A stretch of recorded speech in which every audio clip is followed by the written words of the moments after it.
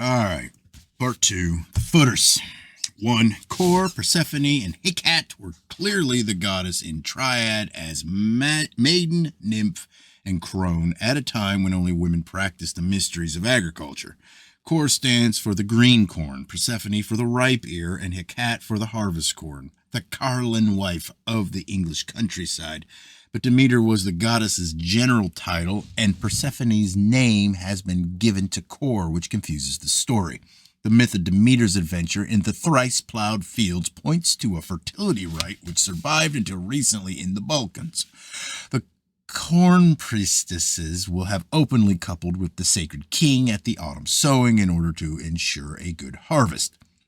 In Attica, the field was first plowed in spring, then after the summer harvest, cross-plowed with a lighter share. Finally, when sacrifices had been offered to the tillage gods, plowed again in the original direction during the autumn month of Pphanie as a preliminary to sowing. 2. Persephone from Pharaoh and Phonos, she who brings destruction, also called Persephata at Athens. From Petrus and Ephato, she who fixes destruction, and Proserpina, the fearful one at Rome, was, it seems, the title of the nymphs when she sacrificed the sacred king. The title Hecate 100 apparently refers to the 100 lunar months of his reign and to the 100-fold harvest. The king's death by a thunderbolt or by the teeth of horses or at the hands of the Tanist was his common fate in primitive Greece. 3. Core's abduction by Hades forms part of the myth in which the Hellenic trinity of gods forcibly marry the pre-Hellenic triple goddess, Zeus, Hera, Zeus or Poseidon, Demeter, Hades, Core, as in Irish myth, Brian, Ukar, and Ukarba marry the triple goddess Ir, Fodhala, and Banba. It refers to male usurpation of the female agricultural mysteries in primitive times. Thus, the incident of Demeter's refusal to provide corn for mankind is only another version of Enos' conspiracy to destroy Athamas's harvest. Further, the core myth accounts for the winter burial of a female corn puppet, which was uncovered in the early spring and found to be sprouting. This Hellenic custom survived in the countryside in classical times and is illustrated by vase paintings of men freeing Core from a mound of earth with mattocks or breaking open Mother Earth's head with axes. 4. The story of Erysichthon, son of Tropios, is moral antecedent among the Greeks. As among the Latins and early Irish, the felling of a sacred grove carried the death penalty. But a desperate and useless hunger for food, which the Elizabethans called the wolf, would not be an appropriate punishment for tree felling. And Erysichthon's name, also borne by a son of Cecrops, the patriarchalist and introducer of barley cakes, means earth terror, which suggests that his real crime was daring to plow without Demeter's consent, like Athamas. Pandorus's stealing of the golden dog suggests Cretan intervention in Greece when the Archaeans tried to reform agricultural ritual. This dog, taken from Earth Goddess, seems to have been the visible proof of the Achaean High King's independence of her. 5. The myth of Hylas of the woodland, Adonis, Literaris,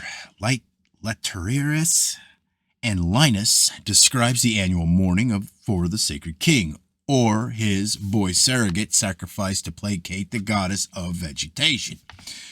This same surrogate appears in the legend of Triptolemus, who rode in a serpent-drawn chariot and carried sacks of corn to symbolize that his death brought wealth.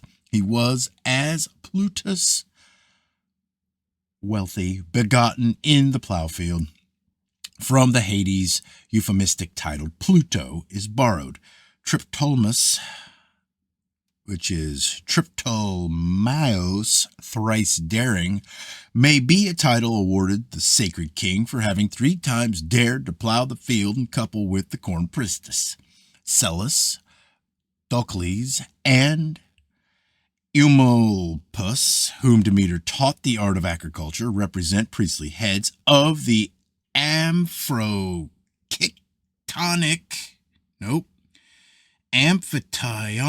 League. Metaneria is described as Amphitrion's daughter, who honored her at Eleusis. 6.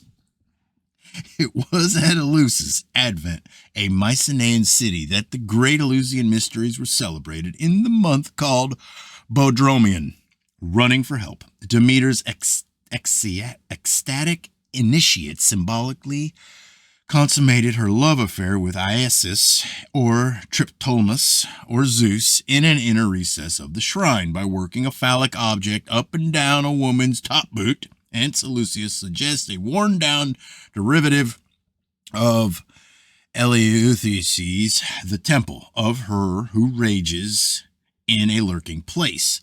The mystagogues, dressed as shepherds, then entered with joyful shouts and displayed a winnowing fan containing the child Brimus, son of Brimo, Angry One, the immediate fruit of this ritual marriage. Brimo was a title of Demeter's, and Brimus a synonym for Plutus, but his celebrants knew him best as Iacchus, from the rituous hymn, the Iacchus, which was sung on the 6th day of the mysteries during a torchlight procession from Demeter's temple.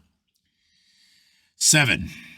Eumolpus represents the singing shepherds who brought in the child. Triptolemus is a cowherd in service to Io, the moon goddess, as cow, who watered the seed corn, and Ubulus, a swineherd, in service to the goddess Marpessa.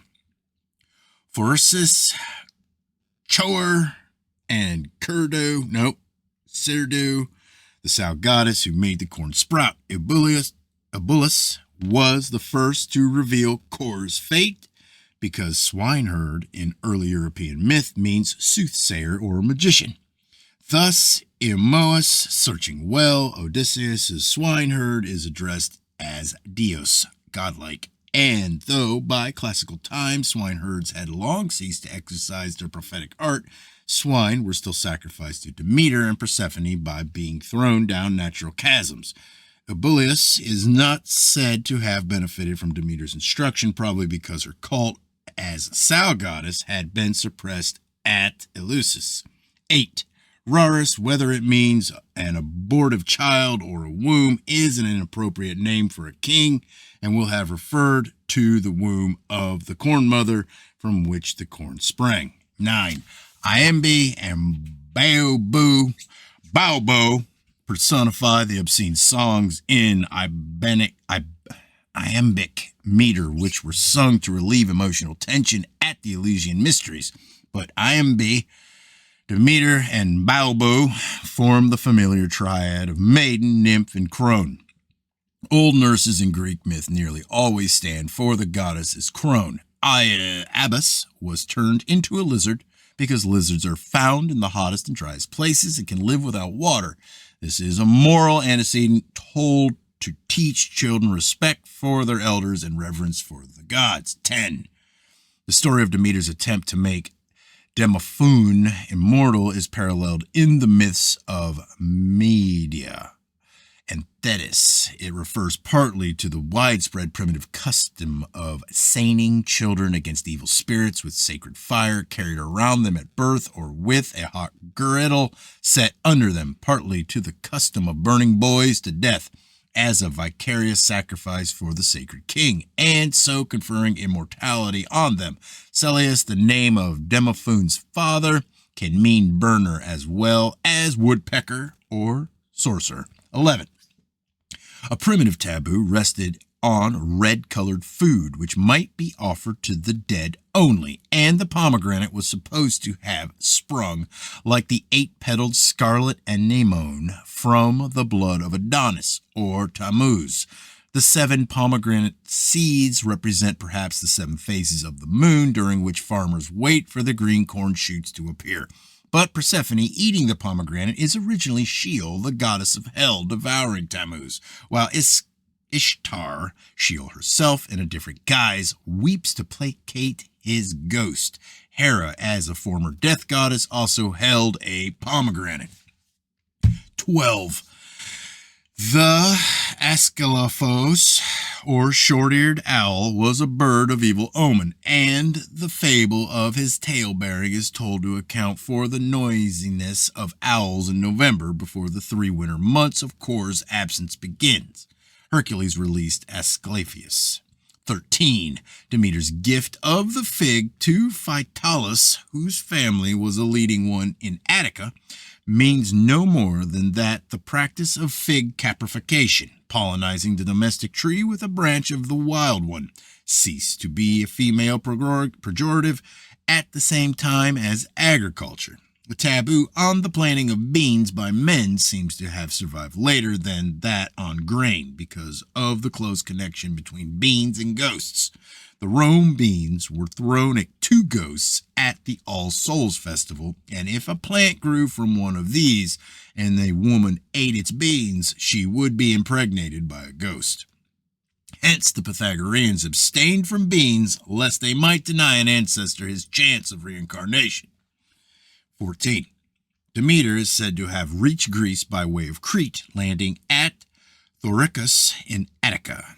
This is probable. The Cretans had established themselves in Attica, where they first worked the silver mines at Laurium. Moreover, Eleusis is a Mycenaean site, and Diodorus Siculus says that rites akin to the Eleusinians were performed at Gnosis for all who cared to attend, and that, according to the Cretans, all rites of initiation were invented by their ancestors.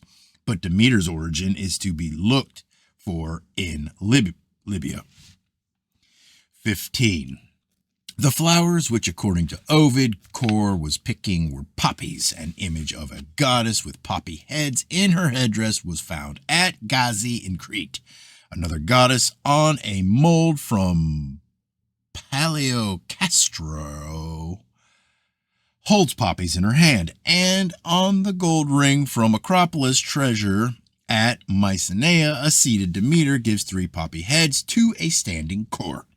Poppy seeds were used as a condiment on bread, and poppies are naturally associated with Demeter since they grow in cornfields, but Kor picks or accepts poppies because of the sporific qualities and because of their scarlet color, which promises resurrection after death. She is about to retire for her annual sleep.